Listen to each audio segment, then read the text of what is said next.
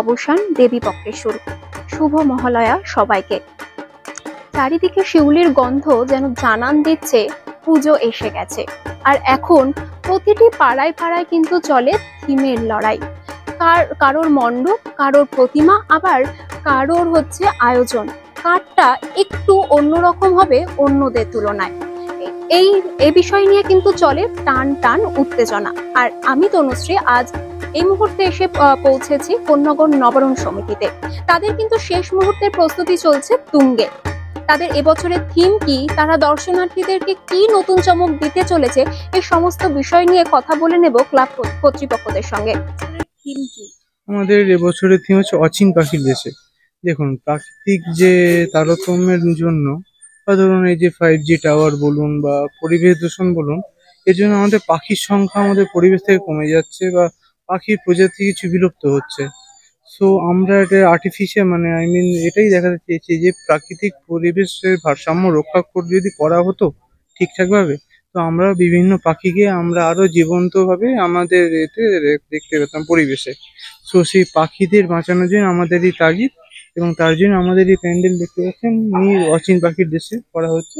আপাতত দেখছেন যে নীল যে করা হচ্ছে রং, এটা হচ্ছে আমরা আকাশ বোঝানো হচ্ছে। এর আকাশে তো স্বাধীন, সেখানে পাখিরা স্বাধীনভাবে চলাচল করে। তো আমরা এখানে বিভিন্ন পাখির মডেল লাগাবো। তারপর কিছু রিয়েল পাখি যেমন পায়রা বলুন বলুন, সেগুলো আমরা চেষ্টা করব যে আমাদের এখানে বসানোর। এবার সেইটাই আর কি যে আমাদের করাতে, আমাদের ঠাকুরটা যখন প্রতিমাটা যখন তৈরি হচ্ছে, সেই প্রতিমাটাও আমাদের সেই পাখির আদলেই করানো হচ্ছে।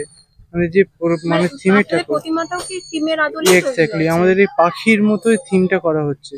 আমাদের দেখুন যে পিছনে যে চালচিত্রটা হবে ওটা পুরো সম্পূর্ণ মাটির, এবং পুরো দুটো ডানা যেমন পাখির থাকে পুরো ডানার মতো। এবং সব ঠাকুরেরই তাই, যে একমাত্র মা দুর্গা ছাড়া যে সাইড ডল আমাদের দুর্গা, এই লক্ষ্মী, সরস্বতী, কার্তিক, গণেশ, স্পেশালি লক্ষ্মী আর সরস্বতী যারা মহিলা, তাদের এই ডানার শাড়ির কুঁচিটা, আঁচলটা পাখির মধ্যে দুদিকে প্রসারিত করা হচ্ছে। আপনাদের এই পুজোটা কত বছর? এটা 27তম বর্ষ আমাদের।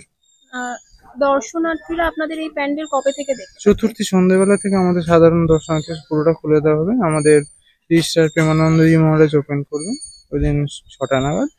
তারপরে 7টা থেকে সর্বসাধারণের জন্য খুলে দেওয়া হচ্ছে।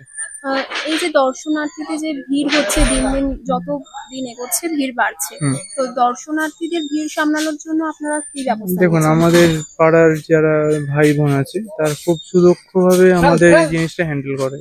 তো আমাদের বাইরে থেকে কাউকে কিছু বলা হয় না, তারাই আমাদের ব্যাপারটা দেখেন। এবার কোন এমার্জেন্সি কেস হলে তখন আমরা দেখি, না হলে মোটামুটি তারা ঠিক হয়ে করে দেয়।